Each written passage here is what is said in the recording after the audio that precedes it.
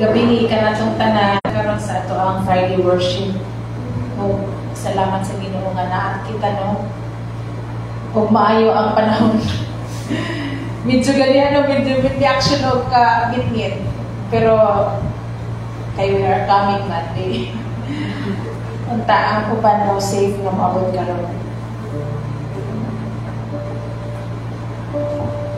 Mag-ampo kita. Ginoo Lord na mo, our God and Father. Salamat po sa Lord na namin karon nagkatipon Lord. Mag-worship kami kanimo Ginoo. Thank you.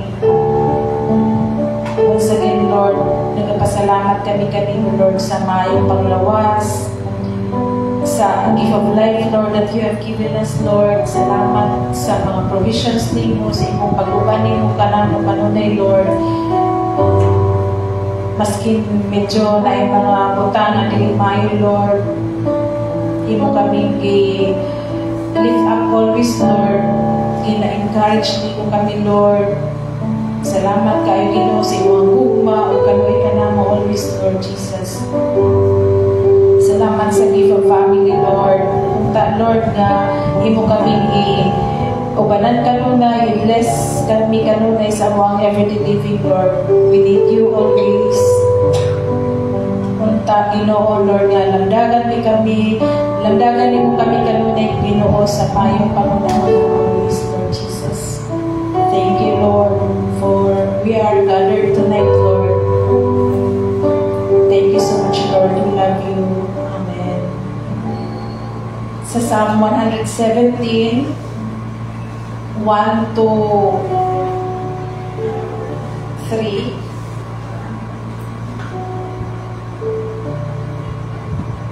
Praise the Lord, all you nations, extol Him, all your peoples, for great is His love towards us, and the faithfulness of the Lord endures forever. Praise the Lord.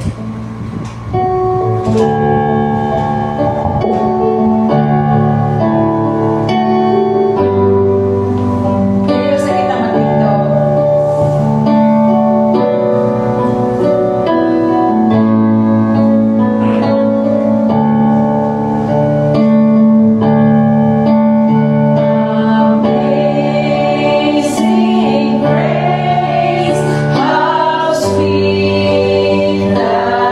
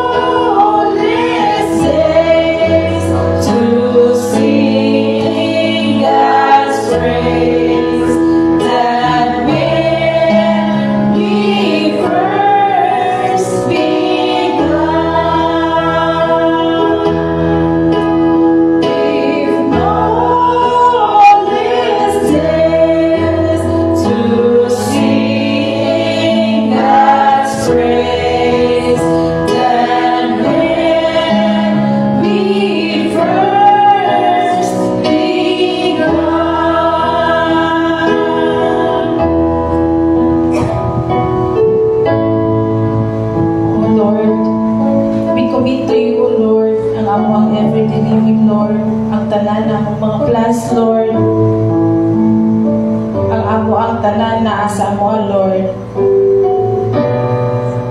We commit to you, O Lord.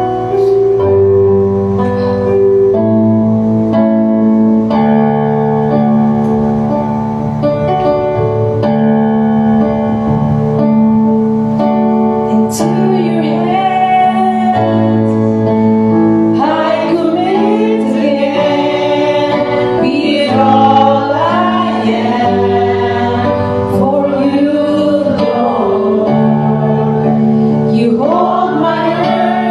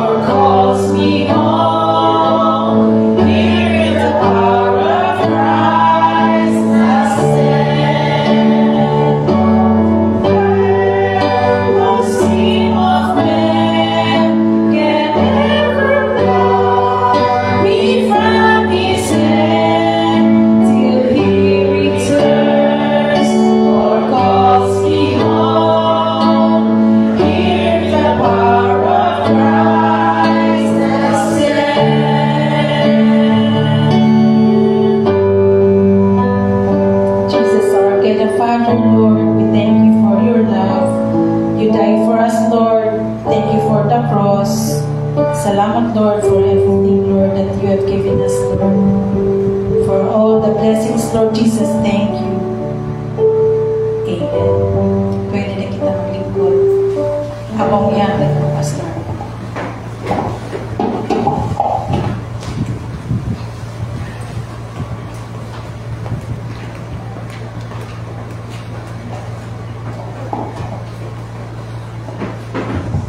Gabi, kung may Pasko, nalang mo Christmas tree din nyo. Yeah, kung ba kayo, bear pa kayo. Progressive ba muna sa Christmas tree? Susunod Biyernes na ako sa Madukan. Ako ka palon sa Madukan. So, salamat an sa pag-give sa itong simpa karon. May gabi sa mga kausapan. Ginoo panalangin ka na ito, magkapagkamaayo sa atong pag-andi karon. Salamat sa Ginoo kay wala na dayon ang ulan. Perting trapika man ganina dito sa highway sa syudad, traffic kayo. Para sa pumiyagi, no? Basta December, no? Ano mo na? December. Ano dito tingali? Papagaling December, no? Padulungay pa lang sa December, no?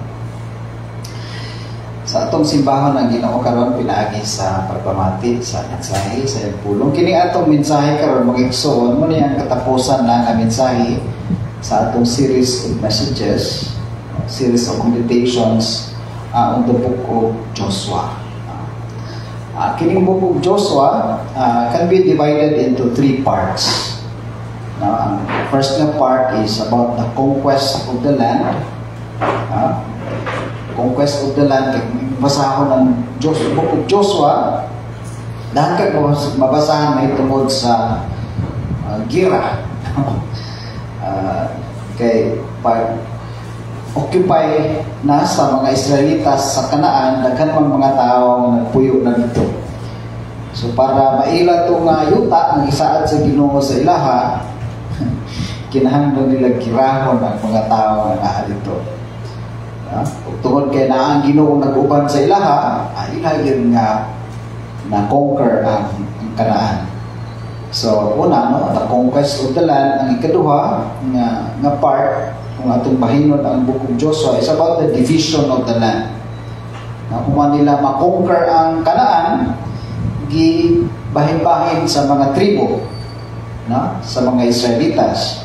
So, the conquest of the land, the division of the land, and then ang sa last part, muna to ang pag-renew sa ilang commitment sa Ginoo. Pagbago sa ilang commitment diha sa Ginoo, okay? Humana ang gira, na-distribute na ang mga yuta, designated ng mga territory sa mga tribo. Then bilang leader si Joshua, iyang i-encourage ang mga tao to remain committed to the Lord.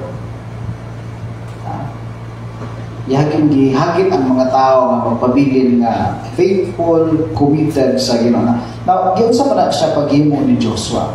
How did Joshua encourage the people to remain committed to the Lord? Atong basahon ang mga verses, no? So Joshua chapter 24 verses 1 to 24. Medyo taas-taas yan. Pero agad tahon lang nato kay last ang bitami. No? Sige. Atong basahon. Apil mo basa para kitang tanan mga pagaw.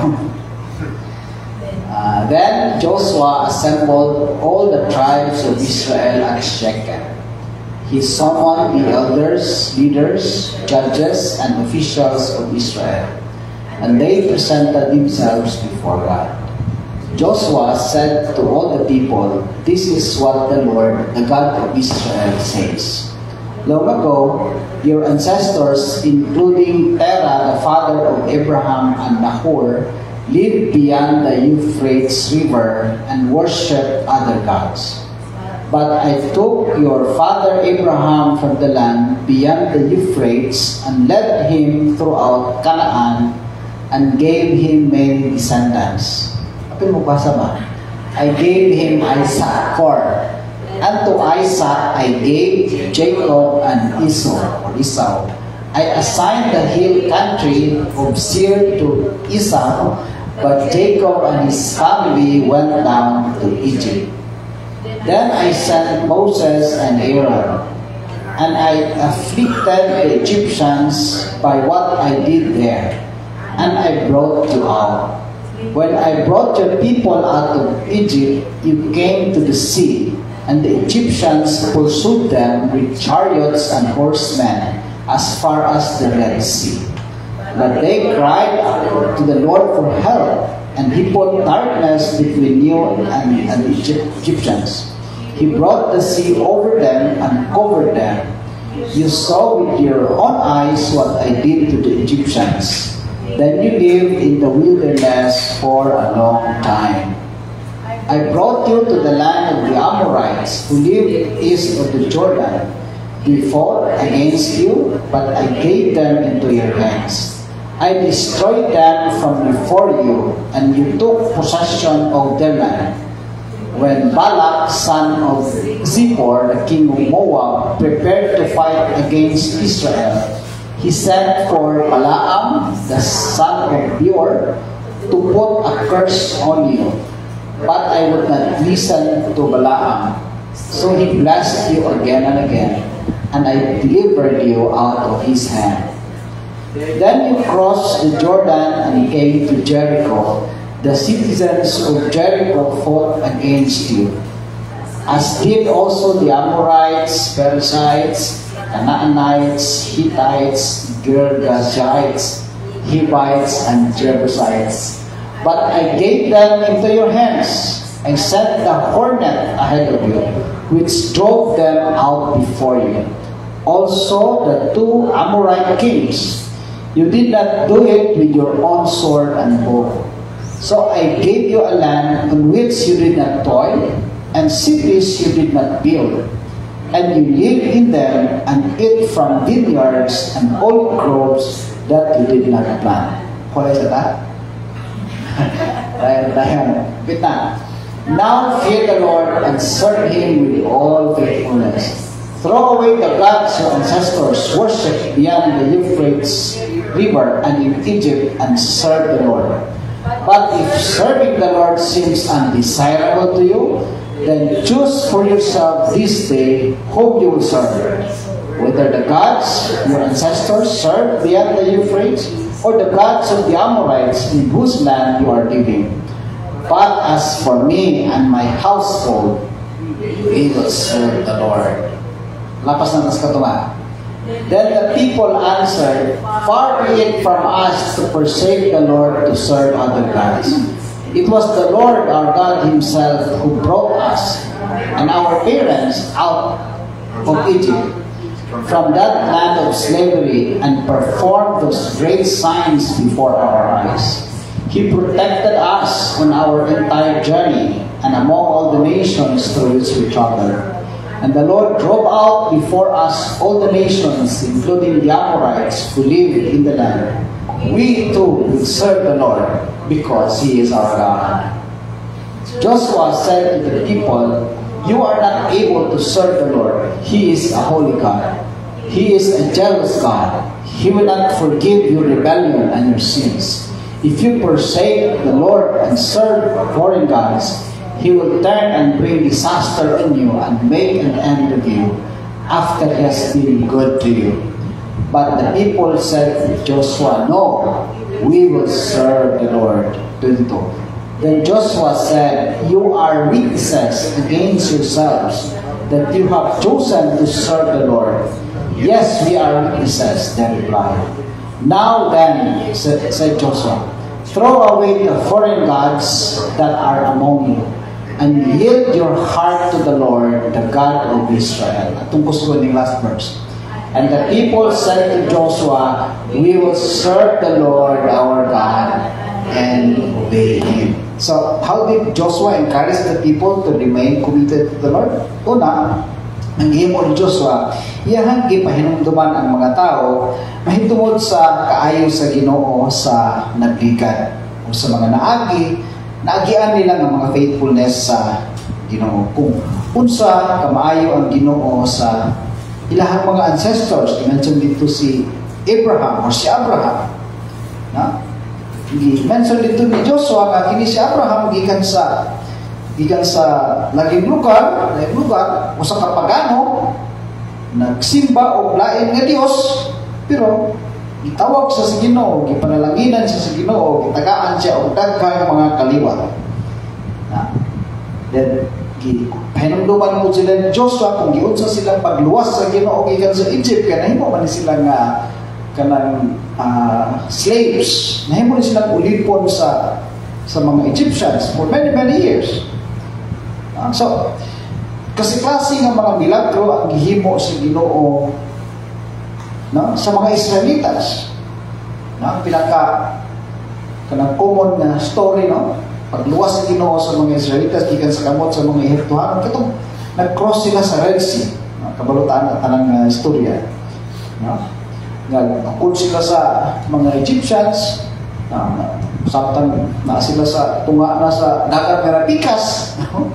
Lilikod bot ang Ginoo nga maaptan sila sa mga Egyptians, so samtang nakatabok na sila sa pikas bahin, na babalik sa Ginoo ang tubig o nangahanaw tanan tong mga sundalo sa Egypt. O gi-remind ko sila kung yun sa sila pagpakaon sa Ginoo. Imagine pila sila ka tuig sa wilderness, sa kamingawan sa deserto, pero nakasurvive sila tungod kay ang Ginoo faithful na nag-provide sa ilahang mga kinahanglan. At i-remind ko sila kung giunsa sila, no, giunsa sila pagtabang sa Ginoo para mapili nila ang tanan nila ng mga enemies. Ako na siyang butang sa Cebuano, no? So verse 8, yung diri nga, nakigira sila kaninyo, ninyang ilang mga kalaban, apan gipadaog ko kamo. Gipalaglag ko sila sa inyo ug nasakop ninyo ang ilang kayutaan. So verse 10, ug giluwas ko kamo sa mga kamot ni Balak. Si Balak, propeta na siya, hari sa Moab, na nag-hire siya o kanang propeta aron tuglohon ang mga Israelitas. Pero imbis na tuglohon niya ang mga Israelitas, kaya may mo i-bless ang mga Israelitas. Si Balaam to nga propeta, para mo ba ma-pronounce si Balaam? Sa verse 12, gipagukod ko sa mga putsukan ang duha ka hari. Ano sa putsukan? Hornet. So, kita nimo kung paunsa si God nag-involve ba sa iyang sarili sa pag-conquer sa mga Israelitas sa land of Canaan. Gipaapil niya o paaway ang mga putsukan, ang mga hornet. Yun na siya ka-involve, no? Na midaog ka mo dili tungod sa inyong mga espada o mga pana. So, i-remind sila ng mga tao na dili to sa inyong kahimuan nga nung na-conquer ninyo ang land of Canaan. Kung dili pinaagi na ako nga ng Ginoo. Gihatagan ko kamo og yuta na wala ninyo habuin. Niluta, no? Kita makayuta ta puting. Tibigyan mo dito. Gusto na ko, gihatagan ko kamo og yuta na wala ninyo habuin. Hayahayan ni mga Hudiyo sa abay. Gipapuyo ko kamo sa mga lungsod nga dili kamo ang nagtukod. Nagkaon kamo sa mga upas o mga olibo nga dili kamo ang nagtaon. Remind sila kung sa ka maayo ang Ginoo sa ginahan. Ang tuyo ni Joshua ani nga i-enumerate niya ni, panghimo sa Ginoo aron ang mga tao ay encourage ba. Ang mga tao, ang mga Israelitas, ma-challenge sila nga mo-serve sila sa Ginoo, mamusimba sila sa Ginoo, nga magpabilin din sila nga committed sa Ginoo in response sa goodness and faithfulness sa Ginoo sa ilahang kinabuhi. Pakitaan sila sa Ginoo sa iyang kaayo na dapat punta ang mga tao mo-serve sa ilaha, dili kay ang ubang mga Diyos-Diyos ang ilahang nalagaran. Upo niya ang ihimo ni Apostol Pablo sa simbahan sa Ephesus. No? I-remind niya ang simbahan na tungod sa libre nga kaluwasan na ilahang naangkon. But because of His great love for us, God, who is rich in mercy, made us alive with Christ even when we were dead in our transgressions. It is by grace you have been saved. Then, i-encourage niya ang mga believers na magtotoo, na mag-faithful good sa Ginoo, na mag-serve good sa Ginoo in response sa libre nga kaluwasan na ilang nadawat gikan sa Ginoo. Atong huna-hunaon mga igsoon ang mga kaayo sa Ginoo sa atong kinabuhi, pero maulaw ba yata nga dili mo simba sa yaha? Kung atong dili maganda na ito maisa-isa, dili ganun na ito maihap. Ang mga gihimo sa Ginoo sa utak sa ato, na? So, kung ato na siya huna-hunaon, maulaw ta sa Ginoo kung dili ta mag-faithful sa atong Christian life. So, remember what God has done in your life in the past. Hinumdumi ang pagluwas sa Ginoo kanimo. Hinumdumi ang pagpasaylo sa Ginoo sa imong mga sa. Hinumdumi ang bagong kinabuhi nga gihatag sa Ginoo kanimo. Hinumdumi ang iyang provision. Hinumdumi ang iyang protection, ang iyang presensya. O sa uban pa ng mga panalangin na imong nasinabi. Ang response yun nimo dapat serve yun ka sa Ginoo. O alagad yun ka sa Ginoo. Musimba yun ka sa Ginoo. Munagihimo ni Joshua. Aron ang mga Israelitas magpabiling sila nga committed sa Ginoo. Mo po di dapat buhaton para magpadayon ta nga committed diya sa Ginoo mga igsoon. Remember what God has done in your life in the past. Kadua, you must decide whom you will serve. Noon niya ang gihagit ni Joshua sa mga Israelitas. Sa Cebuano na ko siya gikuha. Apan kung dili ninyo ikalipay ang pag-alagad mo na Cebuano sa pag-serve, no? Apan kung dili ninyo ikalipay ang pag-alagad sa Ginoo, pagpili kamo karong adlaw kung kinsa ang inyong alagaron. Mas ipapili na sila. Ang mga Dios nga gialagad sa inyong mga katigulangan sa tabok sa suba sa Euphrates, o ang mga Diyos sa mga Amorihanon, Amorites, no? Kansang yuta inyong gipuy-an karon.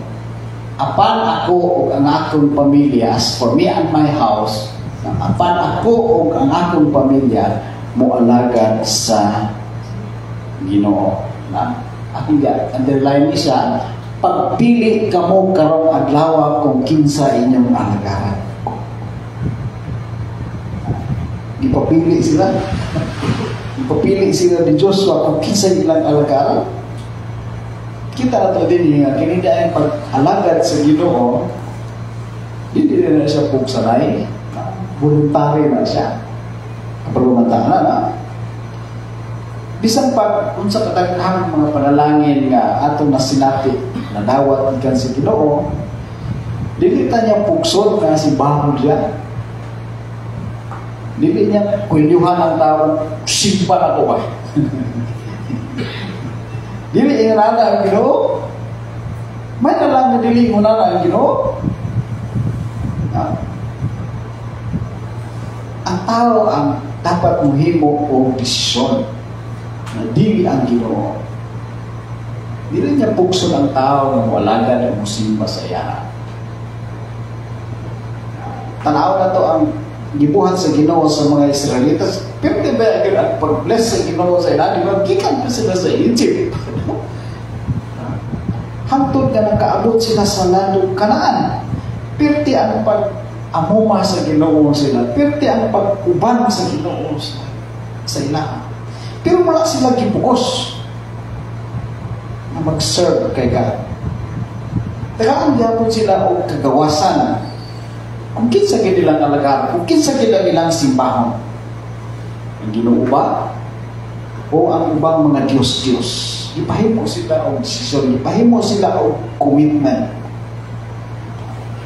Ngayon, i-highlight ko na ko diha, no? Pagpili ka mo karong adlaw. Karong adlaw kung kinsa inyong alagaron. Mas may buti pasabutan na pag-ingon nga, pagpili ka mo karong adlaw. Ang buti pasabutan na mga igsoon nga, kini na pag-serve sa Ginoo, dili na ito unya-unyaon. Dili na ito i-delay.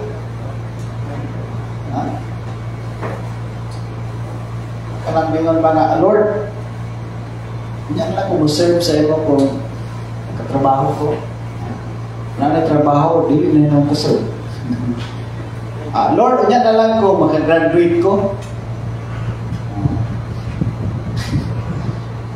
Unsa pa? Pati naghana og rason ang tao. Pati naghana og rason. Dili mahutdan og rason ang tao. Pero ingon diha, na pagpili ka mo karong adlaw, kano sa dapat pag-serve sa Ginoo ingon diha karong adlaw. But pasabot ay dili na to dili na to unya-unyaon. So, nganong gipapili man ang mga tao kung kinsa gyud ilang kalagaran? Kung nganong ginapapili man punta sa Ginoo kinsa gyud ang atong kalagaran? Ay so dili mo gusto ang Ginoo nga moalagad ta niya, niya moalagad punta sa uban. Klaro man nga dingon sa Bible nga you shall have no gods before me. No one can serve two masters. Ang Ginoo dili musugon nga mutuo ta sa iya ha nya mutuo punta sa uban. Samot ka sa Pilipino nga tuo-tuon kayo. Mutuo ta sa Ginoo pero daghan pud og laing gitutuhan ang Pilipino. Mulagad sa Ginoo pero naapoy laing gialagaran dili musukot ang Ginoo ana. Gusto siya na siya rin. Kaya He is a jealous God. Nausang tubag sa mga Israelita sa pangutanan ni Joshua, nag-commit sila silang magalingon that they will serve God. Kung kita ang pangutanan, nga pangutanan, kung kita itong alagaran, ano sa itong tubag? I'm sure na itong itubag, we will serve the Lord. Yeah? We will serve the Lord. Pero panamitan mga igsoon kung magpait na. Kung magsunod-sunod ang mga problema o mga pagsulay, magkalisod na tagmaayo. Kung tiunan na ta o unsa itiyon sa ato, kung dili na ito i-deny si Jesus, patay na, patyon ta. Will you remain faithful to God? Will you still serve the Lord? Will you remain committed to the Lord? Sadya mo abot ang magkalisod, ang mga problema atong kinabuhi. I hope nga ang atong commitment mga igsoon pareha sa commitment ni Joshua. Apan ako o ang akong pamilya moalagad sa Ginoo. Gusto na ito nagbasa, 1-3. Apan ako o akong pamilya moalagad sa Ginoo. I hope yun ana ang atong commitment sa Ginoo. Bisag magpait pa ang atong kahimtan, bisag maghubot pa ang Pilipinas na karon pinaghubutan. Pero dito naman to sa NCR mo, tilhabot mo, hindi natin apel-apel ng atong sarili. Grabe ba ang mga future events nga mahitabo as far as the Bible is concerned, the prophecy of the Bible is concerned. We will choose God. We will remain faithful and committed to Him. Si Joshua man ang gingon anak, gasuti anak. Pero hinaot nga, hinananak po na natong commitment. That we will serve the Lord no matter what. Ang katulog, katapusan, take away anything in your life that hinders you from being fully committed to the Lord. Noong nag-iingon ni Joshua, miingon si Josue. Kisa na si Josue? Joshua, na? Kung mao ka na, sige, itong basahan. Isalikway na ninyo ang inyong mga Diyos o alagarin ninyo ang Ginoo, ang Diyos sa Israel. Kung saan ipasalikway sa Ginoo? Mga Diyos. Diyos nga ginasimba sa ilang mga katigulangan sa una o mga Diyos nga ginasimba sa ubang nasod. So, kita na ito sa Bible na pagsimba sa mga Diyos, mo isa sa mga gidili sa Ginoo ba? Isa sa mga pinakagidili sa Ginoo. Isalikway na ninyo ang inyong mga Diyos. Para sa itong ibaluan, no? sa history sa Israel, kina mga Israelita sa una, dali na kayo sila mo talikod sa Ginoo din, simba ulaing Diyos. Kaya na sila. Kita niyo doon ba niyo itong story when God gave the Ten Commandments, pinagi kay Moses dito sa Mount Sinai.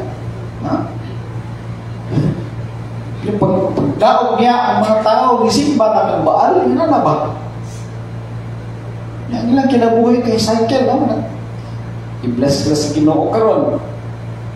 Then, malimot sila sa Ginoo. Simba sila ang laing Diyos. Silutan na po sila sa Ginoo.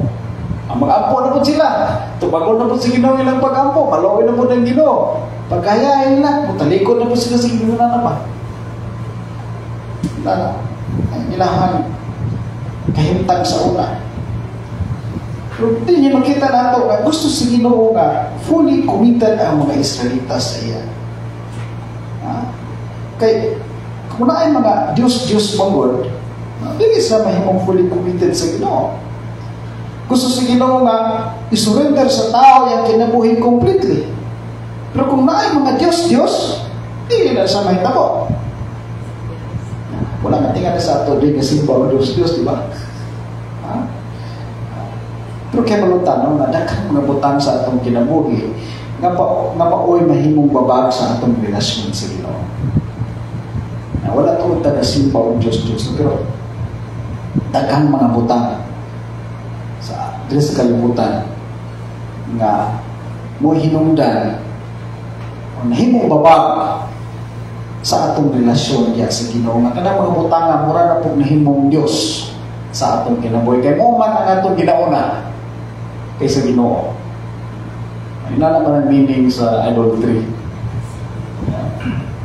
Yan, gusto si Ginoo nga share yung simbahon pero ang tao daghan mo laing gihuna-huna. Sa mga mga butang example nga nahimong babag sa atong relasyon sa Ginoo nga mas giuna pa nato kaya Ginoo number 1 parta material things mga kalingawan ang atong pagkabisi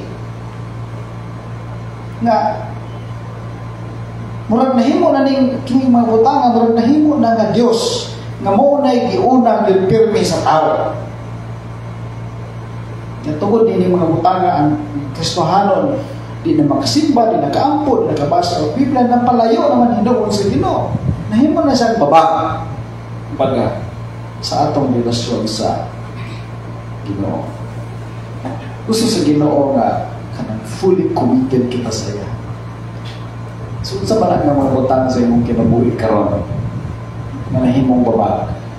Klaro kaya yung mensahe sa puno sa Ginoo nga kuha ang tanga ka na sa imong kinabuhi. I'm sure aware ka kung saan na siya ng mga butang. Mga hindrances sa imong relasyon sa Ginoo. Isalikway na ng mga butang. Wala lang makahimo anak na desisyon kung dili ikaw ra. Kuha na ng mga butang sa imong kinabuhi. So, atong i-review, no?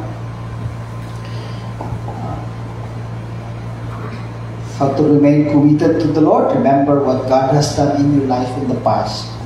You must decide whom you will serve. Take away anything in your life that hinders you from being fully committed to the Lord. Sa atong pagtapos mga igsoon, sa atong pagtuon sa Book of Joshua, gusto na ko, no? Kining atong Christian life is a journey. It's a journey from earth to heaven. Journey siya, panaw na siya, gikan diri sa kalibutan, paingon sa heaven. Ang mga Israelitas, sa ilang journey, ikan sila sa Egypt, paingon sa promised land. Kaabot sila, wala. Kaabot gid sila sa promised land. Natapos yun nila ang ilang journey. Kaabot gid sila sa finish line. Kita, kaabot po kata. Punta na rin yung tapad. Kaabot po kata. Tubaga po, nga naman, ikaw din, sigurado din ka. Kaabot ka ta sa atong padulong. Asa ka ka padulong? Sa Juan, Santa Cruz. Asa ka nga atong destinasyon, mga igsoon? Sa heaven. It's a journey from earth to heaven. Matapos ka niya, nato atong journey.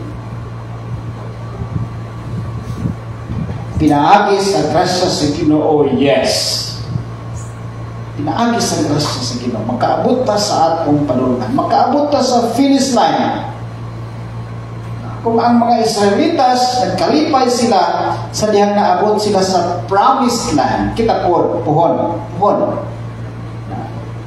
Magkalipay po kita inigabot nato sa atong promised land nga makuha. Heaven. When we all get to heaven, what a day of rejoicing that will be.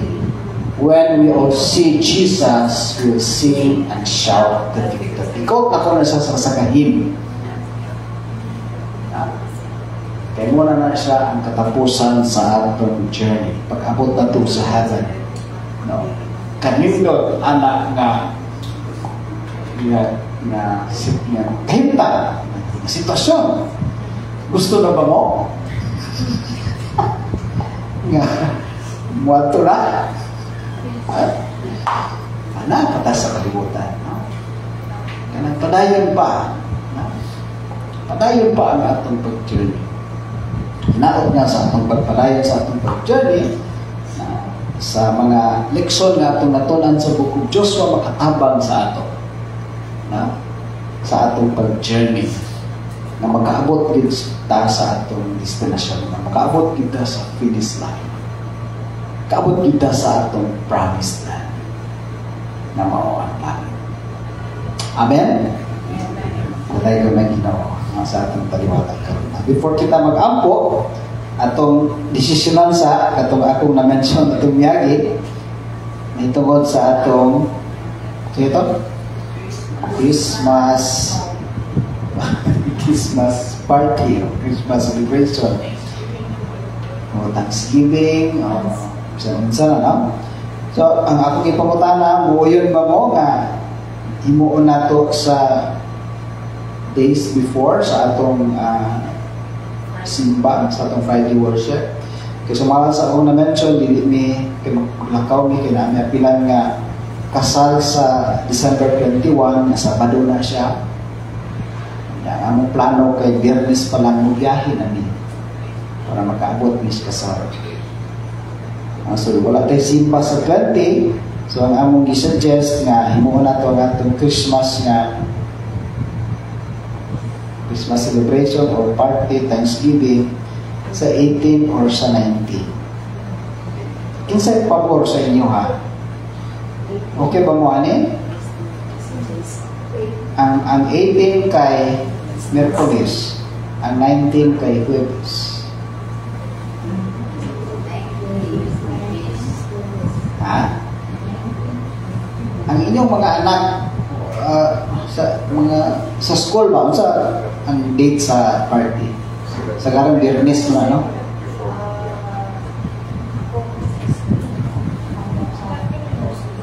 So, mo yun ramo kung weekdays o sa Merkulis or Huwebes? Kaya? Party God. Pilang kaya tayo? Party God. Buwan sa inyo. Gabi niyo po, no? Okay sa inyo kung Merkulis ka ng 18. December 18, Merkulis. Ang saan kurasa ka? Ang gusto niyo? Parehas ni hapon sa atong schedule magsimba. mas early kay manihapon man no. Kailangan tayo mga activities ana. Mga 6:30. Ang atong kuan ana kanang dili parehas kanang usual nato nga Friday worship no. Kay kuan man siya Christmas celebration, Thanksgiving no. So gusto natin gamay ang atong program. So earlier no mas tayo. Nasa ka nasa 6. Ang Pilipino kay manigurado ro nagsayo kay 5:30. Wala na Sa Euro, 10:30. 4. Some here 5:30. Start 6. 6. Okay ra ka na Franz? Ako yung ulit. So, itong oras mo, wait. Retire na daw so oras.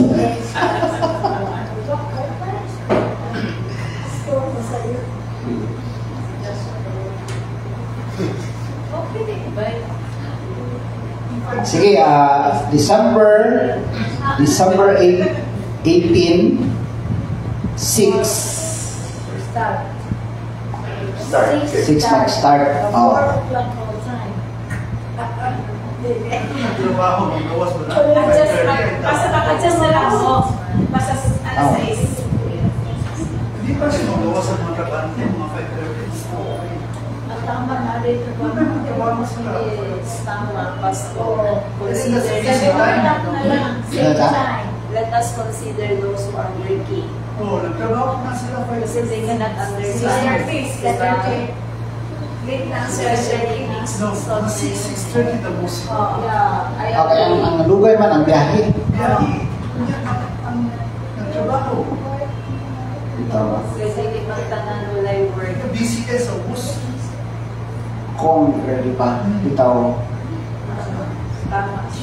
Kanang ma-ready gani kay di gani ko magsayo dinihod kay wa mo ko yung parkingan. Magsayo ko dito ko sa adingki mag-parking. Dito ko parking dia. Bisa ka nang biyan 8 o'clock na sa buntag dito ko diretso dito kabalo di ko wala yung parkinganan dia. 4 or 35 parkinganan. So 5:30? 6? 6:30. 6:30? Mag-fast sa itong gadget. Ano sundan mo? Mag-fasting sa ito. Fasting sa Oo. Kasi hindi na nakaabot din kan fasting. 30 na. Sige lang. Hindi magsara dito na sa iso.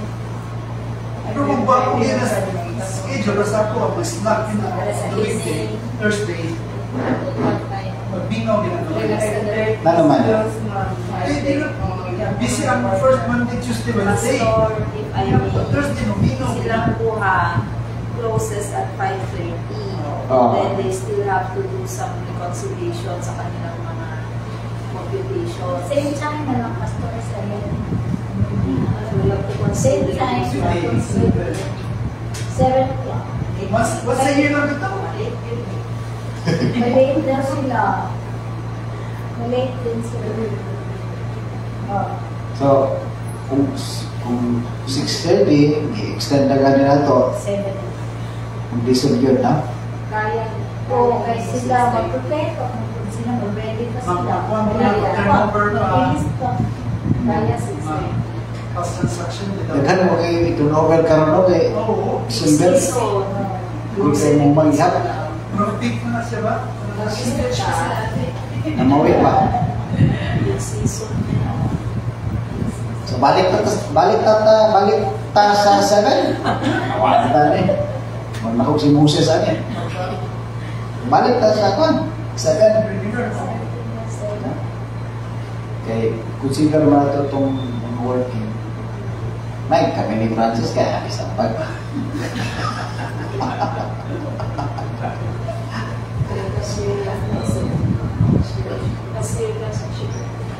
Cashier si Miss Helen. Di mo kagawas din kung ano. Reconcile pa siya ng Kasi 5 centavos, pwede pa rin kung saan, di kagawas. 4.0. 0.00.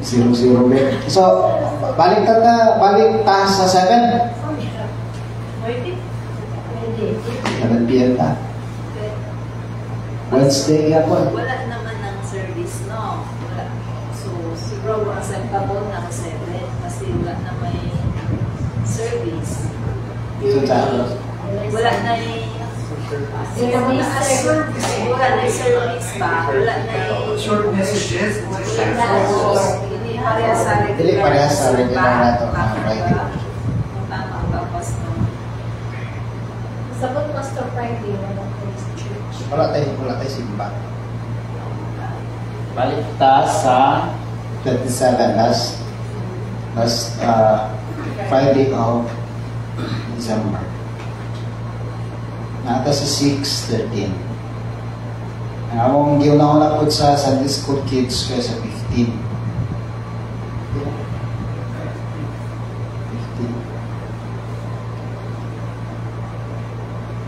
15. Sa pagkaon. Ano pagkaon, no?